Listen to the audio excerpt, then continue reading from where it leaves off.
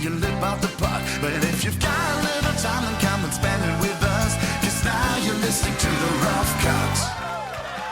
Hello and welcome down to another episode of the Rough Cut Golf podcast, where if you're watching or in fact listening to this, the ambiance is soon going to change as we are leaving Manchester, flying over the great ocean of the Atlantic and heading to Florida to speak to Ryder Cup legend Ian Poulter. So we had a chat to him a few weeks ago. It was a brilliant conversation. There's so many nuggets that are going to be coming out of it. So please make sure that you stay tuned. But first of all, we just wanted to say a massive thank you and a shout out to our partners of the podcast at NordVPN. Now, if you have a VPN or you want a VPN, please listen closely because we have an offer for you. Yes, we do. When we were in Florida, Arsenal were playing.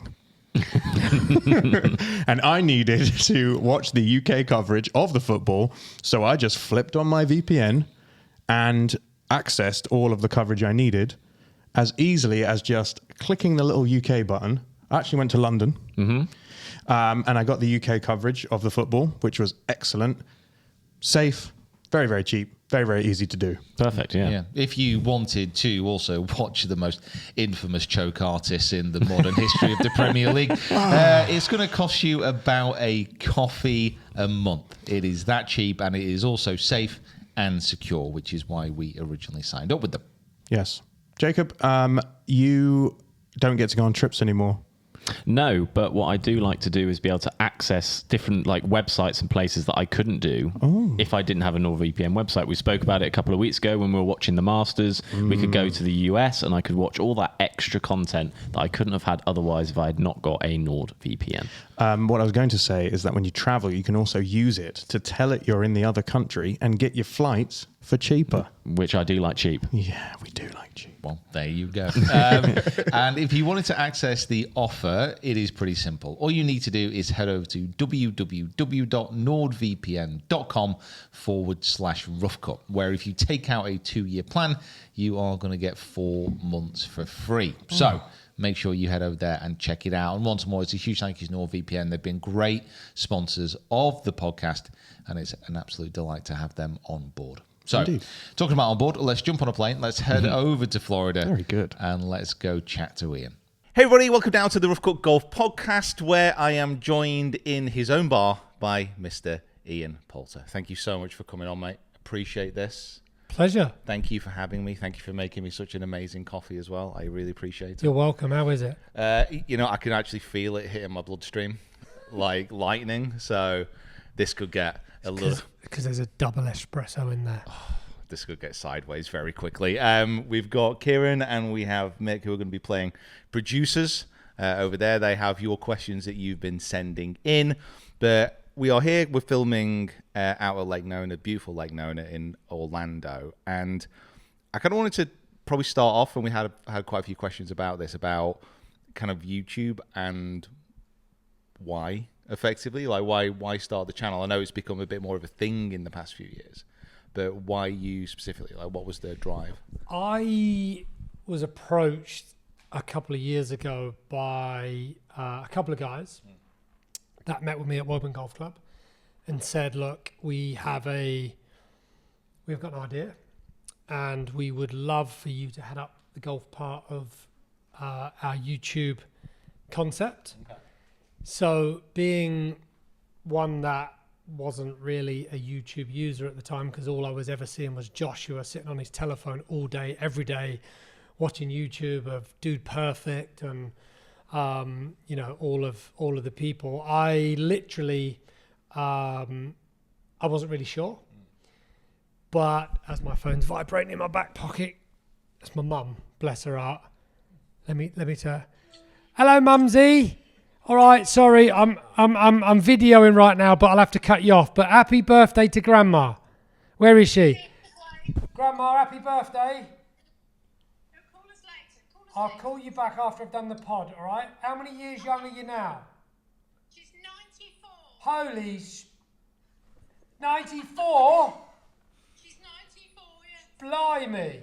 Grandma, happy birthday. I'll call you in a bit. Okay. All right, love ya. Love ya. Bye. Bye-bye. Sorry about that. Happy birthday, Grandma Poulter. Grandma Poulter, 94 today. Well done. Wow, that's a hell of an innings. Incredible. So the YouTube piece was more of it was one of those. I was intrigued by it, and I kind of wanted to know a bit more about the optics, how many views, where they felt it could go. Obviously, you know, I kind of looked at some of the numbers like, wow, like it's got my attention. So we worked on a contract with the team, who at the time were basically heading up the overlap. So they were doing Gary Neville's stuff. And we formalized a business with those guys. Okay, sweet. So it's like a joint venture deal. And here we are today. I don't know how many videos, 10 videos in, something like that. And it you know, it's great. I love it. Like, you know, I know you've been doing it 15, 16 years. Yep. Yeah, I'm pretty sure. Pretty sure. 2013. 12 years, 13 years. Edit that one. But I look like I'll be doing it 40 though, so 50. But you know, I'm coming to a part of my life, I think, playing wise, where I'm playing a little bit less. Obviously, join LIV, play only 14 times a year, and a couple of others where I can fit these, you know, these cool days in. I get to spend time with great people, great athletes, people of interest, who've got some fun stories as well.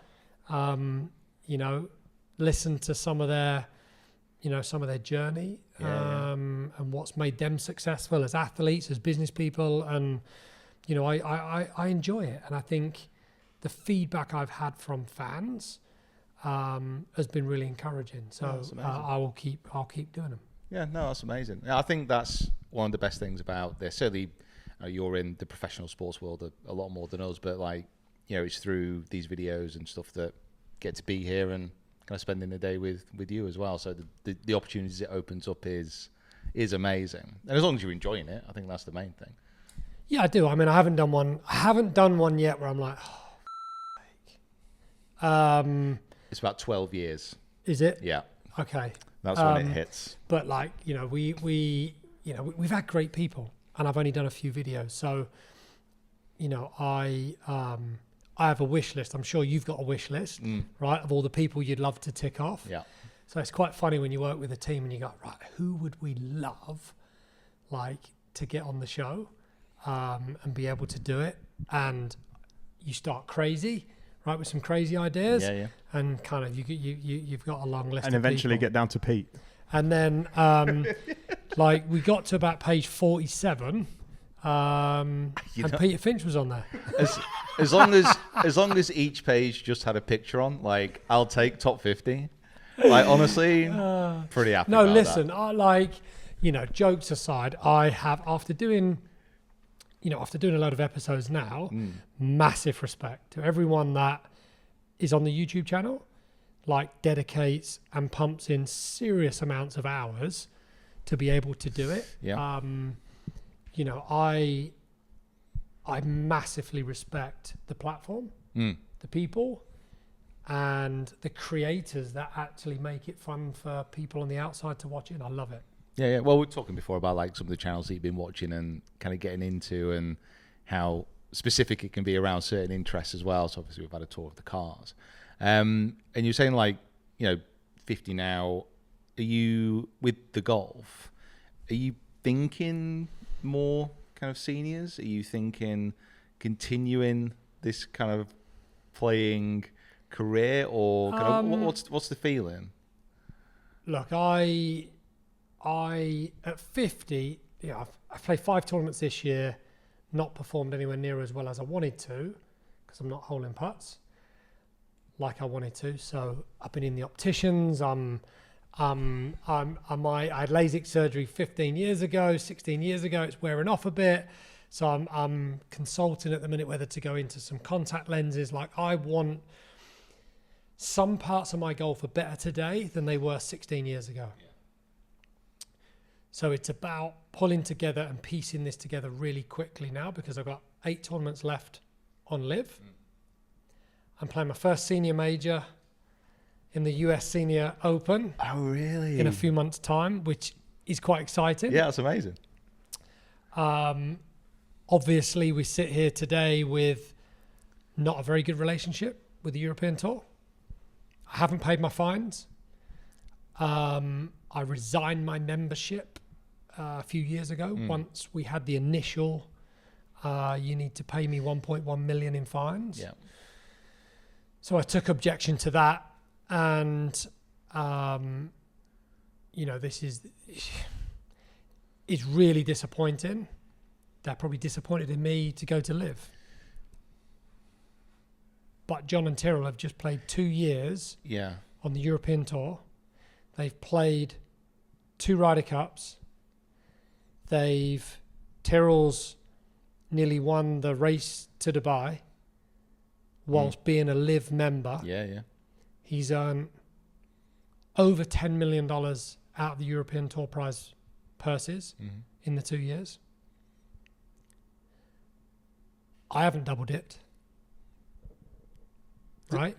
And when I sit here today and have been part of 8 Ryder Cups since 2004, I've never, ever not taken my membership every single year, when I can name a host of players that didn't play in the interim year between Ryder Cups. This is sounding like a big old sob story here, but like, look, I take objection, unfortunately, to how this thing's all played out right now. And like, look, I love the European Tour. That's where I started. I played Challenge Tour in 1999. To play 1 Ryder Cup is insane. To play as many as I did, great. The people that are missing out are the fans. The people that are missing out are the sponsors and the promoters. For the tournaments that I haven't played in the last 4 years since I resigned my membership. So, look, I'm digressing a little bit here, but where do I want to go with my golf in the next 5 years? I want to play LIV as long as I can.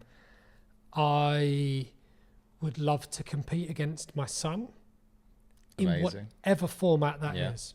So whether he chooses whatever tour around the world, I'd love to compete against him. I've played against him once in a tournament. It was an international series event at Close House, and that was an unbelievable honour. Yeah. But he's a different player today. He's an animal today. Yeah. So I would like him to... I'd like to compete against him in some way, shape or form. It would be amazing. I mean, it's one of the best things about golf. It allows that kind of intergenerational kind of play, doesn't it? Yeah. I think with, like you were saying about obviously professional golf and kind of where we're at with it. I mean, it certainly feels a little bit more this year like a lot of the initial anger around LIV, not here to kind of debate like the sides of that. It feels a little bit more like this year it's calmed down a touch. Certainly the vitriol, and it feels like things might be calming down a touch between the tours. But from an outside perspective, it feels a little bit more like the current players who are in contention to be on Ryder Cup teams are being treated a little bit different than the kind of legends of the Ryder Cup, if you want to be, like Sergio, yourself, kind of Lee, who are on LIV. It feels like there's a definite difference in the way that the older generation has been treated than the current generation of players. I mean, look, we got the John Rahm is an issue right now, right? Because he's withdrawn his appeal. So there's a standoff. The tour has asked players to rejoin the tour to play a minimum number of events. Some have to play 8, some have to play 7, some have to play 6. Yeah. Okay. Slight problem. You have to sign a disclaimer waiver to not be able to sue the tour at any point. Okay. Why is that in there? I'm not really sure. So look, it's interesting times. I like the fact that some players have the ability to not be fined again if they go back and play some European Tour events. Yeah. But it's still a grey area. There's still some issues there. What's the perfect fix? I don't really know. Obviously, John's adamant that he won't play more than 4 events. Yeah. So there becomes this standoff position. So it's very tricky for the tour. It's very tricky for John. Look, we got world ranking points. So from a bona fide tour league perspective, it's recognised in world golf. Yeah. So there are points. So why can't we all somehow get along properly? So PGA Tour is there's a definite issue between PGA Tour and LIV. There's still a big fight. Does it feel like, obviously the start of this year with Brooks, to a certain extent Patrick, but with Brooks going back to the tour and the way that they opened up that pathway, do you think that's a good thing, or is that like a start of maybe some sort of like working together? What did they really open up? Well, they gave an opportunity to 4 players and yes. 4 players only. Yeah. So that's not really opening up. I was going to say, how did it actually, from obviously you're on LIV, you're kind of looking at this from the inside, really. Like, how did that look, feel? Well, how does it? Well, I'll ask everyone on the outside. How does that honestly look? When you'll only take back players that have won Brooks 5 majors, Cam Smith, who's won the Players' Championship and the Open Championship. You would take back Bryson DeChambeau, and you gave the opportunity to John Rahm. So everyone else, right? Yeah. We just want the biggest 4 assets, right, that we can nick back from LIV, and we don't want any of you lot. How does that look? I don't think that looks very good. I think it's a mercenary way to turn around to say, we'll just scoop a load of your assets back, or try to scoop a load of them back. So there's still a fight. I mean, that's a hostile offer, in my opinion, right? Because it's not a full open. Oh, let's let the guys come back and play. Yeah. This is, we'll work a way to have you guys come back to benefit us. Now there is a for-profit business for the PGA Tour. Yes. And there is a share option to the members that have been allocated share positions to a certain value, depending who you are. So every player, even though they're going to say, some are going to say, we don't want them back. Well, if they take back 2 or 3 players, right, their share option becomes more valuable. So they're doing it for their back pocket. Yeah. Right. So it's still messy. Yeah. What do you think needs to change who needs to bend first? Like, what needs to happen in order for there to be a world where everyone works together again? Do you think it's possible? And if so, who needs to bend first? Look, I think there's an opportunity to have 2 or 3 more teams in LIV. Why couldn't they be PGA Tour teams? Okay. Why couldn't you give 12 players the opportunity, the top 12, or the 12 that want to play a certain number of events outside of the events? PGA Tour is shortening the schedule. We know that, been spoke about now for a bit of time. So, how do they... Look, they need to monetize their business as soon as possible. Brian Redup's, he's come out and said the TV deal's up for negotiation. They want to reduce some of the tournaments. They want, those events to be big events so everyone can play the same events. The investment made into the PGA Tour, they want this thing to make money. Yeah. So look, there's a lot of stress and pressure to the PGA Tour for them to make this make money. So what's the fix? I don't have the perfect fix, but we could take in 3 more teams. So surely there's a bit of give and take on both sides at that point to turn around and go, surely there's space for 12 guys, not just 4, right? To be able to go and play in a chunk of tournaments on the PGA Tour. Which 12 guys would you take? Say they all say yes. Well, look, I mean, just go down the list from top to bottom. It's plain simple because they went down there.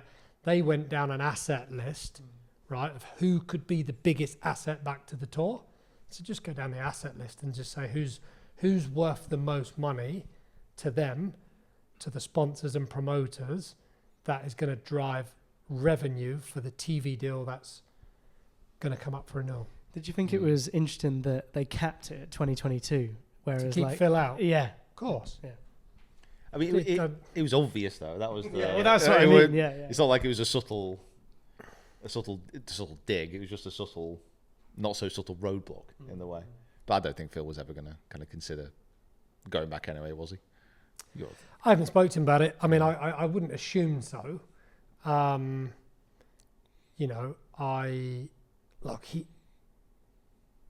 Champions Tour might be a different story. Yeah. With the Seniors Champions Tour, it's a separate entity. Am I right in thinking? It's owned by the same people. Right. Okay. But they don't have. So any technically, if I stopped playing LIV at the end of August this year, I would have to wait 12 months. Right. Before being eligible again to play on the Champions Tour, which I'm eligible to play. Right. The same way Henrik will be eligible to play come what the end of August on the Champions Tour. So it's so confusing. It's just, it's got so convoluted and so complicated. I mean, are you pretty comfortable and confident about kind of the way that LIV is going, kind of moving into the future? Amazing. South Africa last week, 100,000 fans. Ticket sales are up 40%. Viewership's up 50%. Business structure of each of the franchises within LIV have grown significantly. Membership fan bases are up significantly. I mean, there's a whole rap sheet of things progressing in the right direction. The league are actually looking to take some investment in to some of the franchises. Right, okay.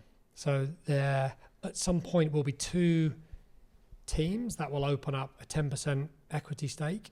Right, okay. In the franchise. Yeah. Which is out to tender now. So the marketplace is open for that. So that will be interesting to assess a value. Yeah. See what actually comes in. Because then people that own a piece of a team, we get to see what the true value is. Yeah. No, I mean the whole kind of concept of having those teams is, what makes it unique. I mean, from a fan perspective, how have you actually found, certainly now, like how have you found kind of fan interaction with yourself, with the team? Now we're in a position where the initial kind of anger, a lot of the initial anger anyway, has kind of died down. South Africa, 100,000 fans, unbelievably golf knowledgeable, were thrilled to have us in Africa. Yeah. They absolutely embraced the event. They embraced the Southern Guards. They embraced every team. I never heard one bad word said to anybody. So it was really refreshing. Australia, in Adelaide, 90,000+ fans over the 4 days. Look, there's always a bit of fun, friendly banter with the Aussies, right? Because we've got that sports, rivalry that's always been there. So that's always great fun too. But they embrace it, they love it. JCB is going to come up in the summer for us. Big home event. We're now wearing red, white, and blue.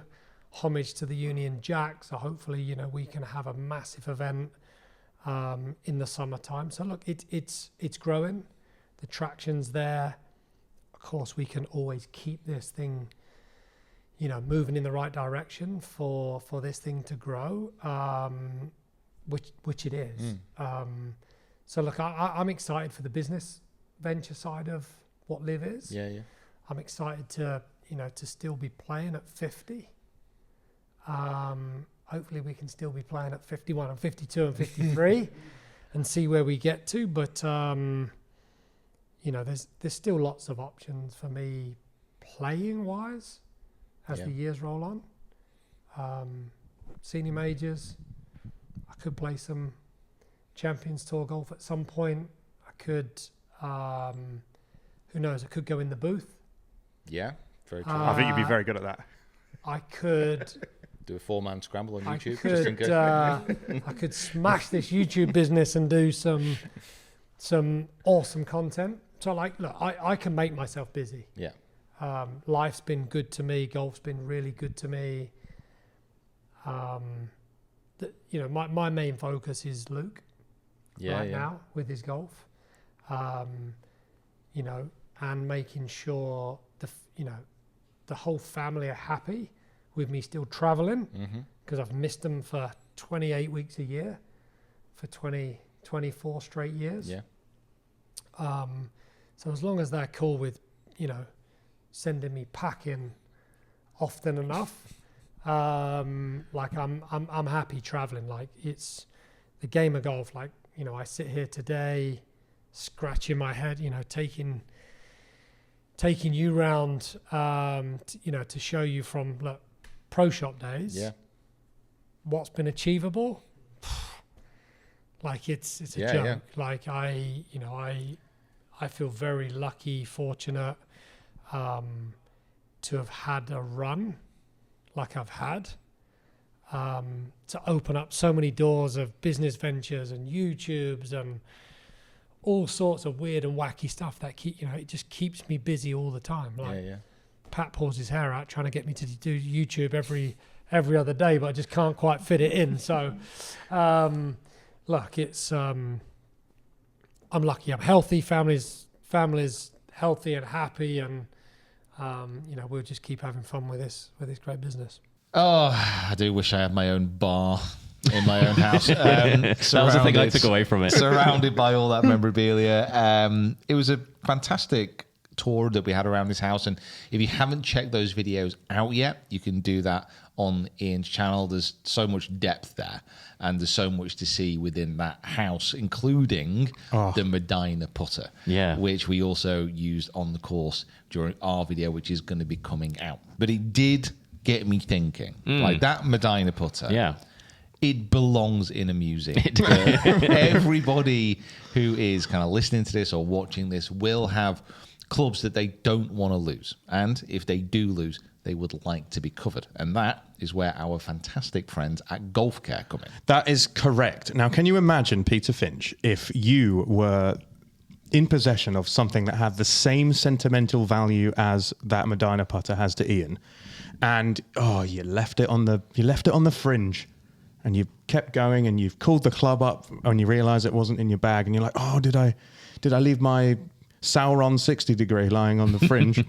And they said, oh no, we haven't seen it. If you had Golf Care, you're covered for loss. Yes! And that's the thing. I don't think a lot of people realise that. Like, you can be covered with loss, and with Golf Care, when you buy one of their insurance policies, that's what you get. It even covers you up to £7,500 for golf equipment, which is amazing. Yeah, which I personally don't think would have covered the Medina putter. it would have certainly helped cure a little bit of the anguish that Ian must have felt. You held that putter. I did hold that putter. I sucked all the energy out of it. Did you hole a putt with it? Yes, several. That must have been incredible. Yeah, I was... I picked it up off the green at one point. Oh, nice. And handed it back to him. I bowed, actually, and said, take it back. Well, just how long ago would that have been? That would have been over 20 years, wouldn't it, that you used that putter? Oh, good Lord, yeah. 20... Yeah, 20... Oh, yeah. Much, yeah. 22 years. Is that correct? No. Your years are wrong. It was in 2014. Well, it might not be that long, but Golf Care have been providing over 20 years of coverage, which I think is something that is commended. Do you know what that is? It's actually the same amount of time that Ian Poulter has been a professional golfer. So that's where you've got the years mixed up. Yeah, Golf Care, Ian Poulter. He's been a pro for over 20 years. Golf Care have been providing cover for over 20 years. Yeah. Fantastic. Well, and if you want to take out golf insurance, which we obviously recommend that people do, Golf Care are running an exclusive an exclusive offer for the Rough Cut Golf podcast audience. So they are offering 30% off specialist golf insurance, and that is for everybody who is listening to this podcast. So that could start you off for £28.05 for a year. They're also throwing in 6 free Pro V1s, free Wilson golf balls, and free rounds of golf worth up to 340 quid at selected courses across the UK. Now, if you want to have access to this, make sure you head over to www.golfcare.co.uk/roughcut to get offered to this exclusive deal. Terms and conditions do apply. Make sure you get down into the description below and check them out. Shall we go back to Ian Poulter's incredible bar and hear him tell some stories about the Ryder Cup? Yes, why not? Sounds Let's good. do it. Have a drink. We wanted to, obviously, we're probably coming up to halfway. We wanted to spend at least half of the podcast talking about the Ryder Cup because we know of your history and because we know what you have meant to Team Europe in the last 20 odd years of doing it. Do you think there's a future where someone like you or Sergio or Lee Westwood is in the conversation for being a Ryder Cup captain? And is that something that you would even consider wanting to do? Look, that's a right now, no. That's the short answer. The way things are structured at the minute, I don't think there's an opportunity. I hope that changes. I really do, because look, my house is nothing but Ryder Cup. It's meant the world to me through all the years, and people are going to turn around and say, "Oh, well, why did you join LIV?" Like, are you kidding me? Like, I'm not going to not join LIV just for the sake of one tournament that happens every 2 years. Like, I have a job to do. That is to provide for my family, and I've done an amazing job at doing that for a very long time, and I've earned an obscene amount of money. So people are going to say, well, haven't you earned enough? Well, it doesn't work that way. Everybody, no matter who you are in whatever walk of life, you don't just turn around and say, I'm okay earning X. We all want to earn more. Everyone's looking at another job. If someone offered you a job to go to work at Sky Sports and pay you $10 million a year, would you go and work at Sky Sports? I'd definitely consider it. Would you go? Would you go? Ask me when these lads are on here. Right. So, listen. Right, we all do that. So that's, first and foremost, I take care of the family. I take care of business. And I want to come home, because the people that really care about me are the people in these four walls. Right? Family. So then I have to look outside of that and turn around and say, yeah, of course, look, I definitely left an opportunity on the table, but I knew what that would be, in the hope that one day the golfing landscape and the world of golf would be able to pull itself together, because I don't know many businesses or I don't know many businesses in the world that would turn a blind eye to an investment from the PIF, which are arguably the biggest investors in the world, in business, in sport, in everything. So to have them part of the ecosystem of golf is good. Some people say it's been bad for the fans because it's a split product. But in the bigger picture of the investment into a sport, like they've invested into tennis and they've invested into boxing and they've invested into all these other sports, it's been better. They want to help. They want to help. I'm digressing, but they want to help sport. They want to help things better for the fans eventually. So look, the turmoil's there. Yes, I've sacrificed being a Ryder Cup captain for now. Does that change? I hope so. Can I see it changing in the next couple of years? No, right? Luke's doing it again. He's got great rapport with the team, and by Luke doing 3 is definitely stopping some of the players that were always earmarked to be Ryder Cup captains. It's definitely stopping them, right? So, look, it's what they want, right? And I will always stand here today. And if I never have any more involvement with the Ryder Cup, hell have I had a good time, right? Amazing stories, amazing Ryder Cups. I was proud to put the shirt on. I was extremely proud on the flip side to talk business for 2 seconds on them. I've helped them grow their business. I've helped them grow their brand. I've helped them make millions and millions and millions and millions of dollars by playing in the Ryder Cup for the betterment of the Ryder Cup and the European Tour. So I'm proud I've helped them make that money to invest that money back into the tour. So I've had a run and I'm pretty proud of it, right? And that's why I surround myself with everything that's Ryder Cup. I've loved it. I've loved every aspect of it. So look,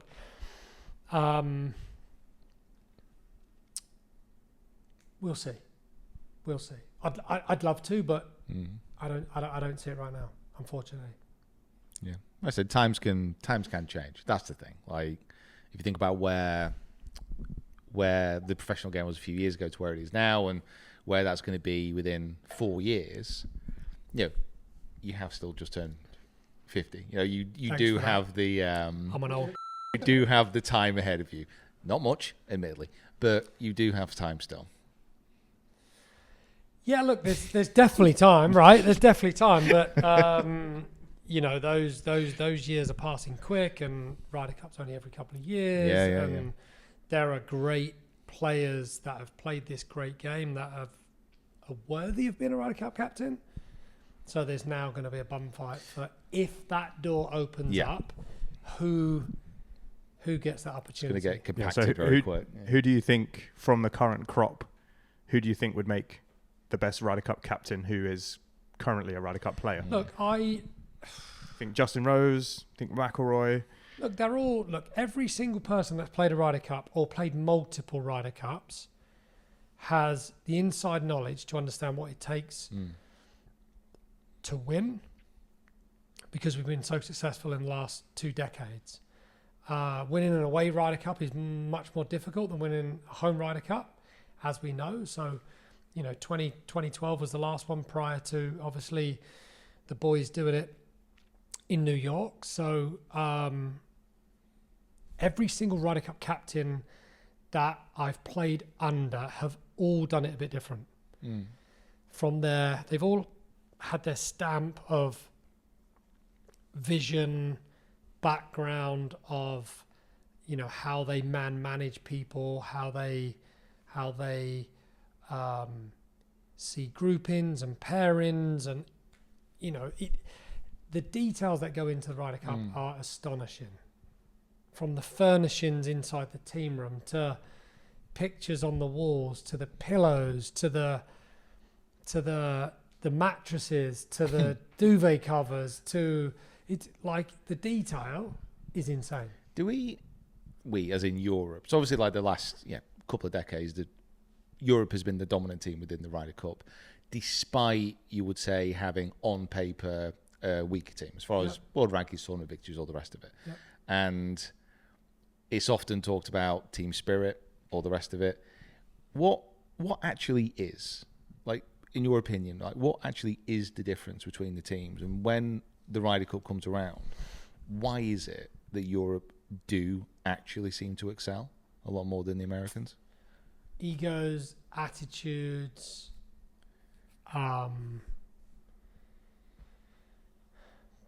personalities get left at the door when you walk through that door. And it's always been the collective as a whole in Europe of all those players pull so hard for one another. Like it's so team orientated. It's so powerful with inside those team rooms to see players that don't normally. So there are really close friends, mates. There are players that you wouldn't turn around and say, "I've got your telephone number. there's players in the team room that that you've never been out to dinner with, right? There's definitely players in that team room that you've got some friction with, but that all gets left outside, right? That week is about one thing, and that's winning that Ryder Cup. That's it. So, like, you'll take a bullet for one another. It's that simple. And that's I think the difference, and that's one of the biggest things. It's been spoken about a million times. That's been hard for the Americans to overcome that. Yeah, it's just one of those things where you do often hear about that and like team spirit, but to actually kind of understand what it's like on the inside and if that does actually ring true. It's really difficult to actually give you the nuances of, but why does it work? Why is that? Like, how is that just possible? Why can't you just walk into a team room and be like, and just be normal, right? I've never been in an American team room to understand all of the dynamics between all of those players. It's so different. Like, Europe's different, travel's different. America's just, they're just all separate individual people that all go about their business completely differently. It's more relaxed. Like, you go back through history of European players playing on the European tour, like, buses from airports with 20 lads on it and dinners every night and socializing and drinking and, all of that stuff. Well, ever since I can remember playing on the PGA Tour, you land at an airport, you get given car keys to a car, and you drive off yourself to a hotel room, and it's a lonely old place, right? And you better be strong, and you better have some mental fortitude to come into the United States of America and stand up, right? You're on your own. This is a big wide world over here, and like and that's what these American players do. They get off a jet, they jump in a car, keep themselves separate. It's turned a bit in the last decade, I'd say, where guys are a lot more friendly to one another. Yeah. Because it's been spoke about for so many years that's been the way, that they've tried to overcome it with their task force friendship. And their little pods and, how do we make these players like each other more? And like, it's got to be difficult. Yeah. With some of the teams through history, when you look at them, Phil and Tiger, and that's all the way back to 2004. America needs it. The world needs to see it. I mean, complete backfire, right? It was fantastic. It was awesome. It was so good. the best ever.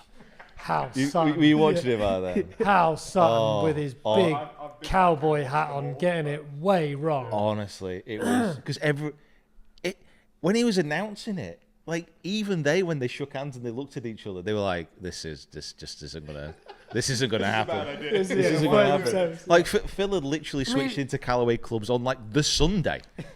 They couldn't stand each other. They couldn't stand each other. They're now playing with each other. I mean, Phil Mickelson just changed his equipment. Yeah, it was that week before. That week, it was like, right? And they've now got to go and play foursomes with a golf ball Phil's never hit before, right? And he's winged one on 80. I was standing on the tee box, I was watching, and I wasn't playing that morning, and he's gone and carved it way left by the out of bounds. Over there somewhere, and Tiger's just gone. I mean, his eyes have rolled into the back of his head, like, for sake. I mean, I'm like, how is this? Like, how is this a team? Yeah. How has Hal Sutton honestly stuck those two guys together? It's criminal. God, yeah. But it was lovely. So you talk about like the locker room and the camaraderie and stuff like that. What's like a story from inside the locker room, whether it be a speech or celebration? Like, what's your favourite story from the Ryder Cup? Look, there's so many. We've had the upper hand for all the years that I played. I played 715. Every captain did it a bit different. There's too many. What's maybe a story that you haven't told before? I've told them all. Look, we nearly got into a fight in the American team room. So the winning team normally accept the losing team into their team room for a few drinks and a cheers and well done and well played and all that good stuff. And we're pretty hammered, right? We've just lost. Where was this at? Was this it? This is Faldo's. Faldo. This is 2008. And we're in the team room, and in their American team room, they've got like pictures of each other on the walls, and it's Boo Weekly and Stricker and also, and look, really childish. We're pissed up. Westy started drawing stuff on Steve Stricker's picture, and I've defaced Boo Weekly and wrote "Who ate all the pies." It was really childish. It was just pathetic. But Jim's wife, Furyk's wife, went ape shit. And I mean proper psychotic ape shit. Screaming, shouting, calls for security. You lot get the f*** out of here. I mean, it was proper nasty. And we're just pissed up. Well, I mean, listen, what are you going to do if you're 10 pints in and you've just lost the Ryder Cup, right? You know. So I remember Jim's wife screaming at Lee and get out of our team room, this and that, and it got quite. No, I'm gonna go and tell your wife, and I'll take you to her if you want, no problem. So I think Lee escorts Jim's wife up to the room where Laurie was asleep at the time and woke her up, and she had told her how bad Lee was. Anyway, it was a show. So we got booed. Imagine Lee just putting her in and then just leaving again. She'll go down for a few more beers. Yeah. Come on, let's go.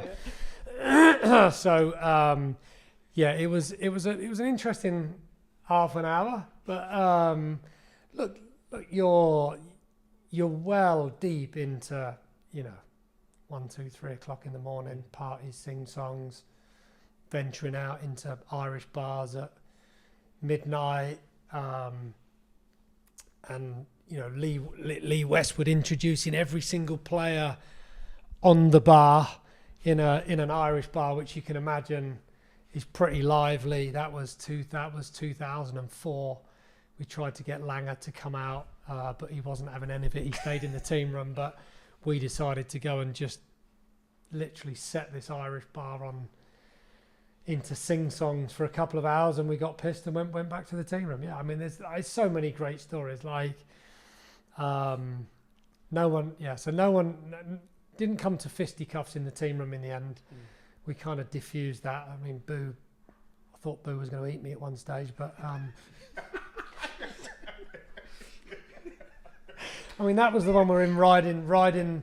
You remember when he was riding the driver? Yeah, riding the driver down. Yeah.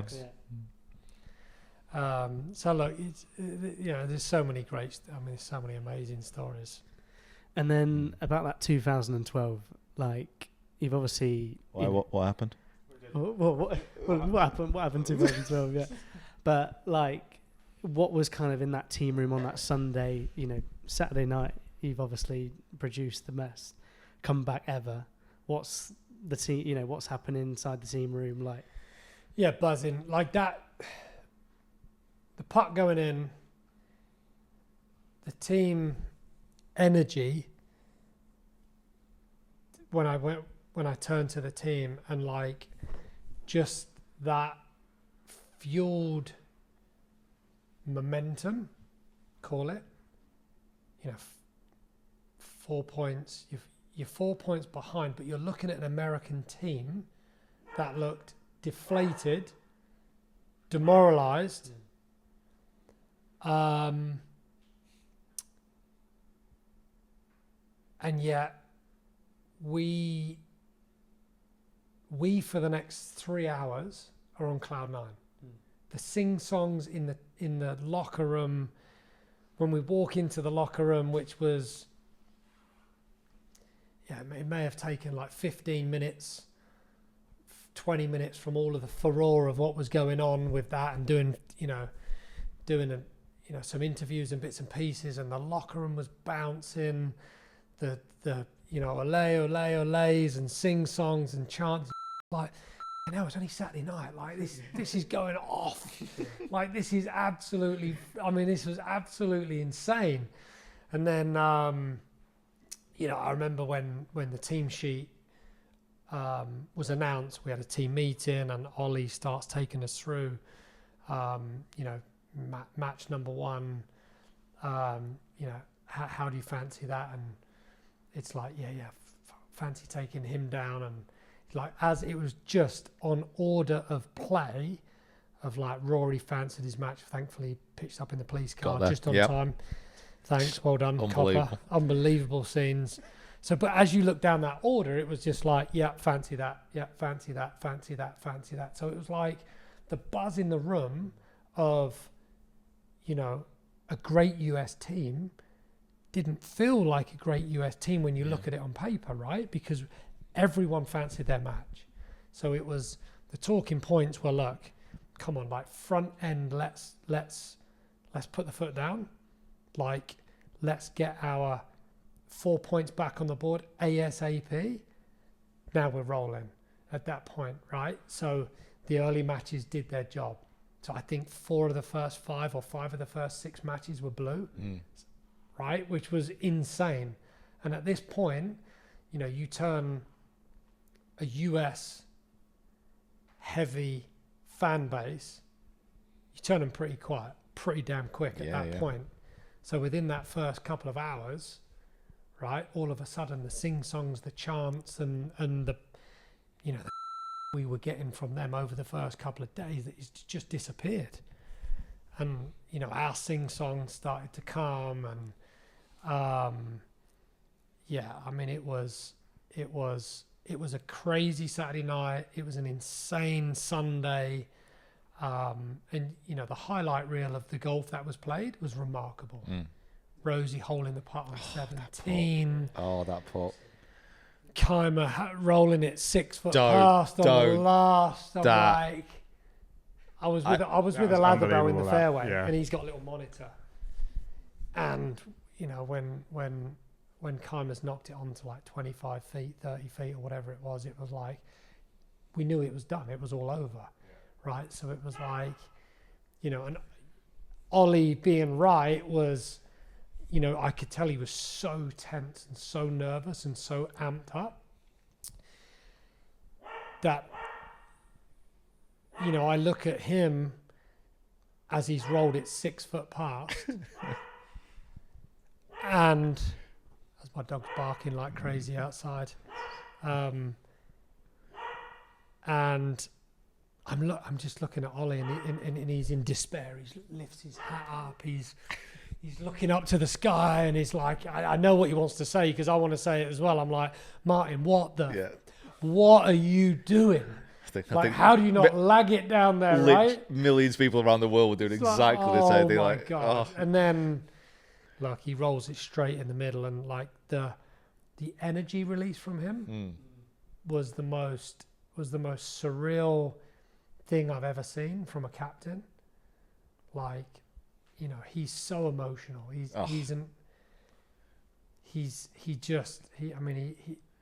loves it so much. It meant so much to him to take the trophy back to Spain. Incredible. Yeah, we can't talk about that Ryder Cup and obviously Ollie's captaincy without talking about Seve. What was the feeling like when you realised you'd done the thing you set out to do in the wake of, losing someone who meant so much to the European team? Yeah, I think it was more the anguish of Ollie and the feeling his pressure, nerves over the first 2 days of like, we can't let him go back to Spain without a trophy. Like his right hand man, Seve, for all his years has done everything in the game of golf and taken that trophy home to Spain, and like every player felt it, right? I get emotional talking about it because it's like you just want it so much for someone else.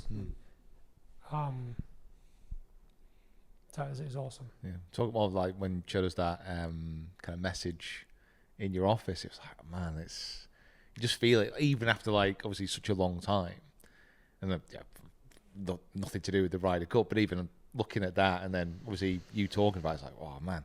Yeah, that mate, it's on my phone. It'll never leave my phone. You know, Sevi meant so much to me as an idol of mine growing up. So to have Ollie say what he said in that message, and we have an amazing relationship. I don't see him very often at all anymore, but like when we do, it's like this bond that you have that you don't even need to say anything. Yeah. It's just like there's just so much respect there.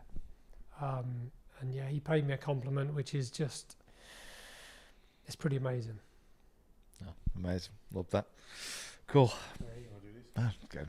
Get all emotional again. Yeah, It's meant to be a fun podcast, this, by the way. I know, this is, yeah. Don't lift it, just, yeah. Yeah. Well, we're just going to go to some like quick fire questions just to finish off.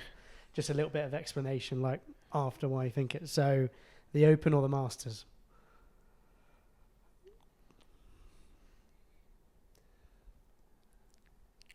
The Open.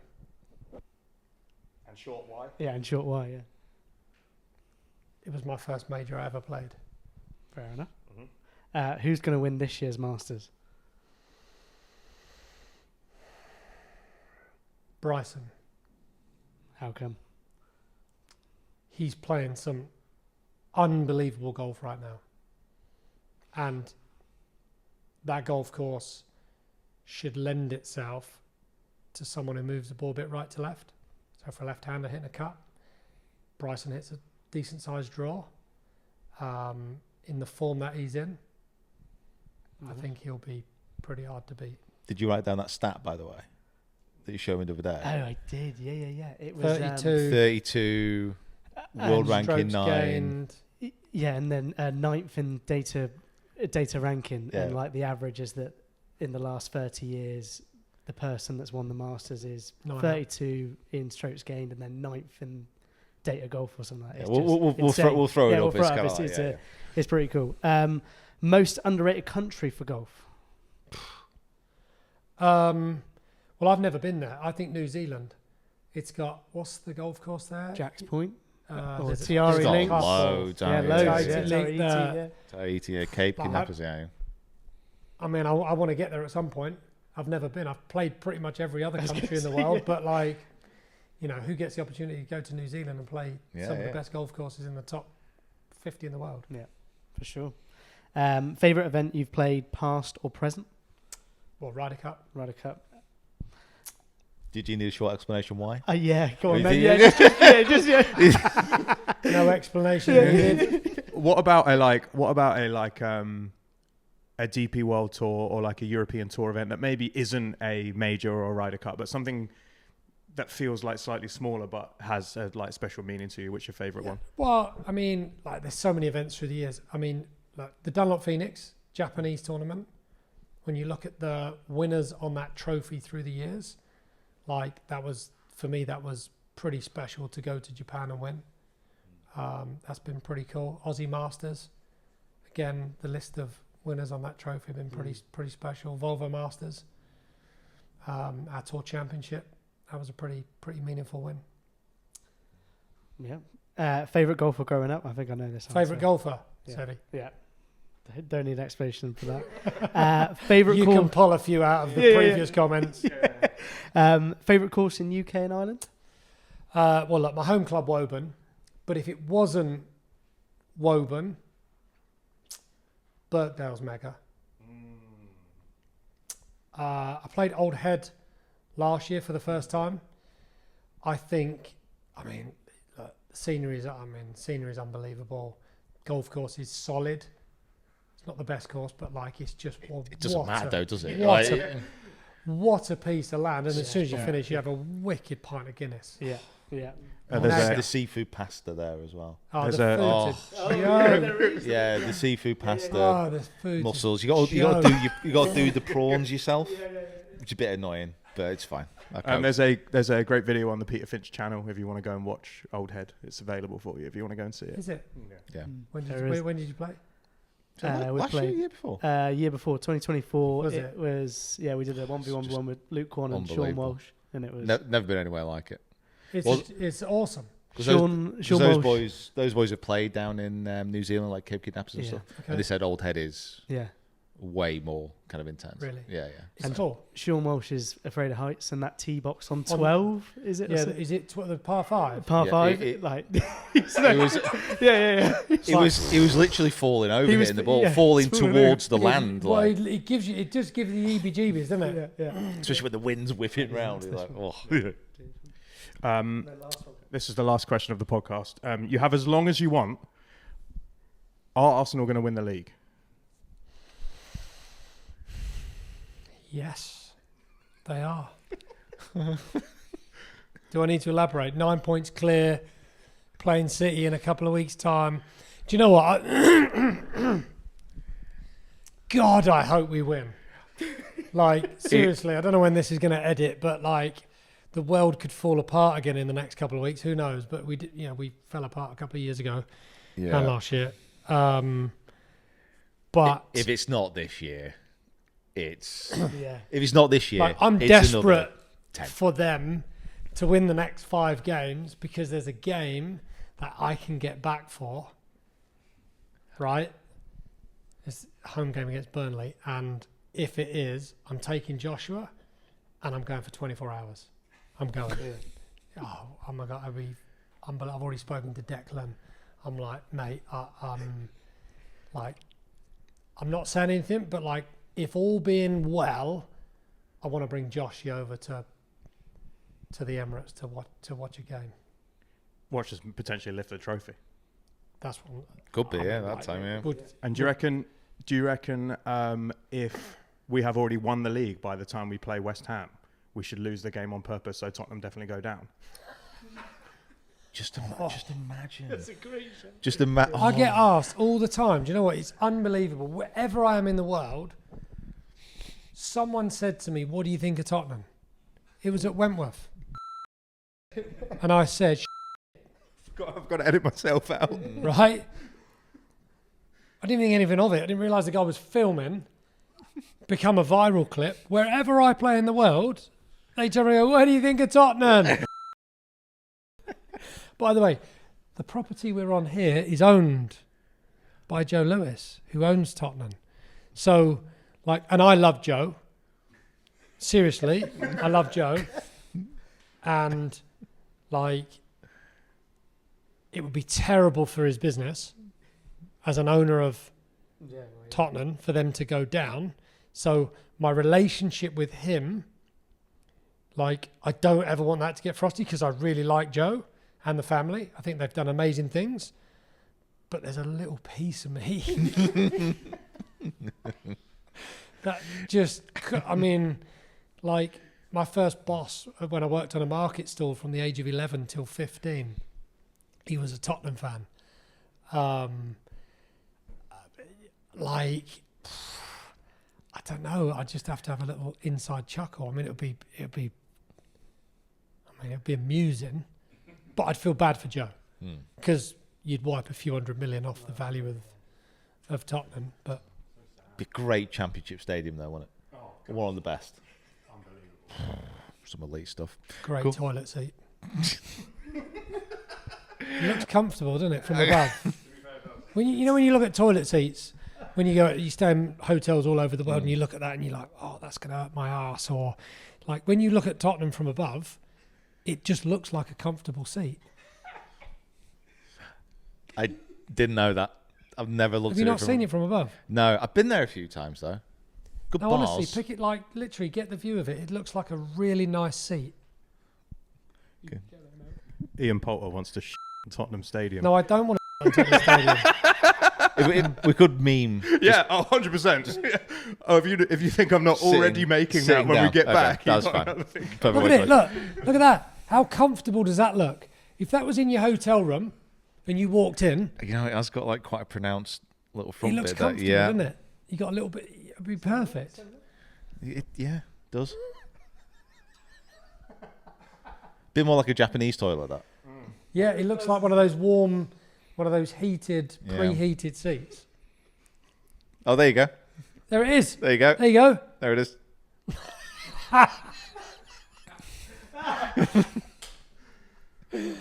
Oh dear. This is the content that No, people look. came for. Listen, No, I love Joe. I love the family.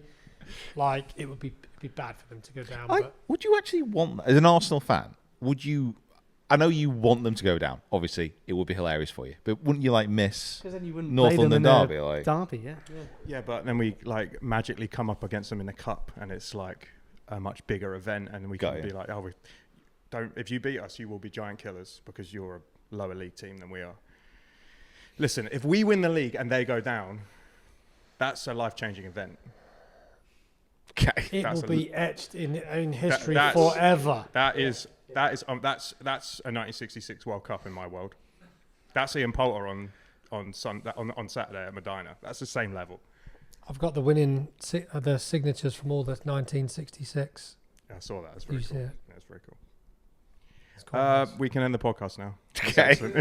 on that beautiful note of Okay. Well, guys, thank you so much for listening. Thank you so much for watching. And thank you so much for your time, mate.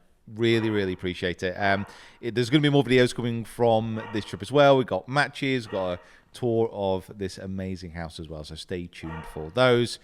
And we'll see you next time. And we're not going to hit the bar because we're going to play golf. But maybe later. We'll see. We'll see. I'm indifferent. Yeah. Depends what the score is, yeah. Perfect. Cheers, guys. Well done.